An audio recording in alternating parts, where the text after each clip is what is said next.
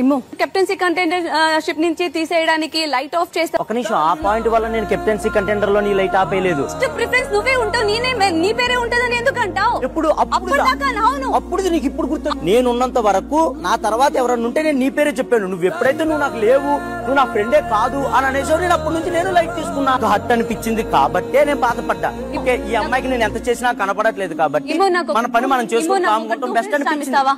వచ్చిన 3 వారాలు కూడా నేను తనుజని ఎక్కడ వదిలిపెట్టలేదు. నేను నీ విషయంలో కూడా అంతే ట్రూగా ఉన్నాను. అది నీకెందుకు తెలియలేదో అదే నన్ను హర్ట్ చేసింది.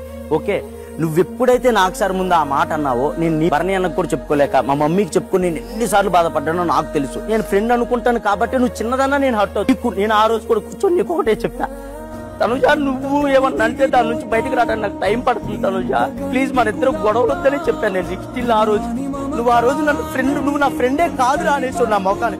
ఒక ఆ పిల్ల ఫ్రెండ్ కాదన్నా కూడా నేను ఆ పిల్ల దగ్గరికి వెళ్ళి నేను నువ్వు నా ఫ్రెండే అని చెప్పాను. నేను అయినా మన ఇద్దరం ఫ్రెండ్స్, బయట చాలా క్లోజ్ ఫ్రెండ్స్, కాకపోతే వాడికి నువ్వే ఎక్కువరా. ఓకే, అది నేను ఏ రోజు నీ కోసం స్టాండ్ తీసుకోకుండా లేను. స్టిల్ నువ్వు ఆ రోజు చెప్పినప్పటి నుంచి నీ గురించి స్టాండ్ తీసుకుంటూనే ఉన్నా తనుజ. నేను నువ్వు ఫ్రెండ్ అనుకున్నా అనుకోకపోయినా నేను ఫ్రెండ్ అనుకుంటూనే ఉన్నాను. అది నాకు తెలుసు, నా మనసాక్షికి తెలుసు. క్లారిటీగా పాయింట్ చెప్తా తనుజ, నా చేతికి బ్యాట్ ఉన్నప్పుడు కంటిన్యూ కెప్టెన్ అనేది ఎవరికైనా అది పెద్దదే, అది పెద్ద ఛాన్సే. నీ దివ్యతో అంత అరుచుకున్నా కూడా నువ్వు దివ్యాన్ని కాదని నన్ను పెట్టేశావు. నువ్వే వచ్చి డైరెక్ట్ గా నువ్వు నా ఫ్రెండే కాదు, నాకు ఆ ఫీలింగ్ ఎప్పుడో పోయింది. నేను చచ్చిపోయా లిటరల్లీ.